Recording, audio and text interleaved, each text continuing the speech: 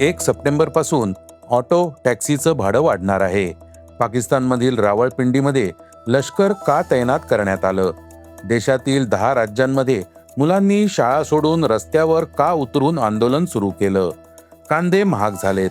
NIA Pahalgam हल्ल्याचा सूत्रधार हाफिज सईदवरचा फास आवळलाय. Lionel मेसीला दंड ठोठावलाय. दीपिका पडुकोणने स्पिरिट का सोडला? या बातम्या आपण आजच्या पॉडकास्टमध्ये ऐकणार आहोत. नमस्कार, मी अनिरुद्ध गद्रे. आज 23 ऑगस्ट, वार रविवार. तुम्ही ऐकत आहात देशातील number 1 Marathi news website isakal.com चं पॉडकास्ट. पॉडकास्टची पहिली बातमी आहे रिक्षा आणि टॅक्सीच्या भाड्याची. मुंबईकरांना महागाईचा आणखी एक फटका बसणार आहे. मुंबई शहरासह संपूर्ण MMR प्रदेशात रिक्षा आणि काळ्या पिवळ्या टॅक्सीने प्रवास करणं लवकरच महाग होणार आहे. इंधनाच्या वाढत्या किमती आणि वाहनांच्या देखभालीचा वाढता खर्च यामुळे मुंबई महानगर प्रदेश परिवहन प्राधिकरणाने रिक्षा आणि टॅक्सीच्या भाड्यात वाढ करण्यास मंजुरी दिली आहे. असं सांगण्यात आलंय की हे नवीन भाडे दर 1 सप्टेंबरपासून संपूर्ण MMR प्रदेशात लागू होतील. दुसरीकडे नवीन भाडे दर लागू झाल्यानंतर प्रवाशांना प्रत्येक प्रवासासाठी अधिक पैसे मोजावे लागतील, ज्यामुळे सर्वसामान्यांच्या खिशावर अतिरिक्त भार पडेल. मंजूर प्रस्तावानुसार रिक्षाचं मूळ भाडं 1 रुपयाने वाढवण्यात आलंय. यासोबतच किमान भाडं 26 रुपयांवरून 27 रुपये झालंय. टॅक्सीच्या भाड्यात सरळ 2 रुपयांची वाढ करण्यात आली आहे. आता किमान टॅक्सी भाडं 31 रुपयांवरून 33 रुपये होईल. हे दोन्ही दर पहिल्या 1.5 किलोमीटरसाठी लागू होतील. पॉडकास्टची दुसरी बातमी आहे पाकिस्तान सरकारची. पाकिस्तान सरकारने रावळपिंडीमधील सुरक्षा मजबूत करण्यासाठी पाकिस्तानी लष्कराच्या 3 कंपन्या तैनात करण्याचे आदेश दिलेत. ही तैनाती 6 महिन्यांच्या कालावधीसाठी तात्काळ प्रभावाने लागू झाली आहे. पाकिस्तानच्या गृह आणि अंमली पदार्थ नियंत्रण मंत्रालयाने जारी केलेल्या आदेशानुसार पंजाब सरकारच्या गृह विभागाच्या विनंतीवरून हा निर्णय घेण्यात आलाय. कोणतीही अनुचित घटना टाळणे आणि कोणत्याही आकस्मिक सुरक्षा परिस्थितीला प्रभावीपणे हाताळणे हा या लष्करी तैनातीचा उद्देश आहे. आदेशात म्हटलंय की रावळपिंडी जिल्हा प्रशासनाच्या गरजेनुसार या लष्करी तुकड्या संवेदनशील सुरक्षा कर्तव्ये पार पाडतील. पाकिस्तानच्या संविधानाच्या कलम 245 अंतर्गत संघीय सरकारने लष्कराच्या तैनातीला मंजुरी दिली आहे. रावळपिंडीतील मॉल रोडवर एका विशिष्ट राजकीय पक्षाशी संबंधित असलेल्या एका सशस्त्र व्यक्तीने सुरक्षा दलांवर कथितरित्या गोळीबार केला, ज्यात एक गस्ती अधिकारी जखमी झाला आणि नंतर ठार झाला. या घटनेनंतर हे पाऊल उचलण्यात आलंय. पॉडकास्टची तिसरी बातमी आहे शाळकरी मुलांच्या आंदोलनाची. जुलै-ऑगस्ट 2026 मध्ये देशभरातील किमान 10 राज्ये आणि 25 जिल्ह्यांमधून शाळकरी मुलांच्या आंदोलनाचे वृत्त समोर आले. त्यांच्या मागण्या महागड्या सुविधा किंवा नवीन योजनांसाठी नव्हत्या, तर शिक्षक, वीज, पंखे, पिण्याचं पाणी, शौचालय, अन्न, सुरक्षित शाळा इमारती, रस्ते आणि शाळांमध्ये जाण्याची सोय यांसारख्या मूलभूत गरजांसाठी होत्या.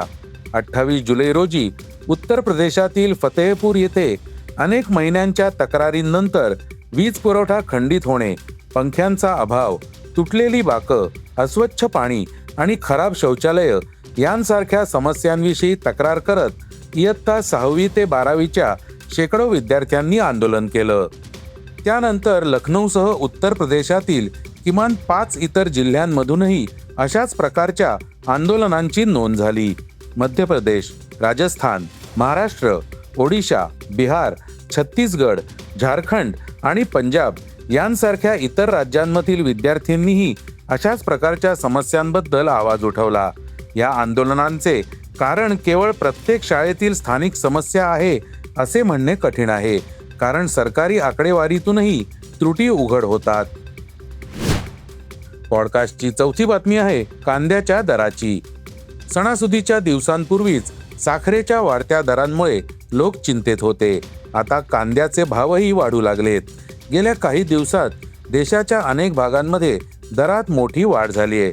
सध्या कांद्याचा सरासरी किरकोळ भाव 40.72 रुपये प्रति किलोवर पोहोचलाय.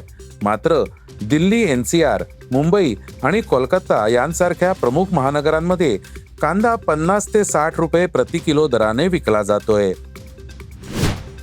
पॉडकास्टची 5वी बातमी आहे लष्कर-ए-तोयबाचा प्रमुख हाफिज सईदची.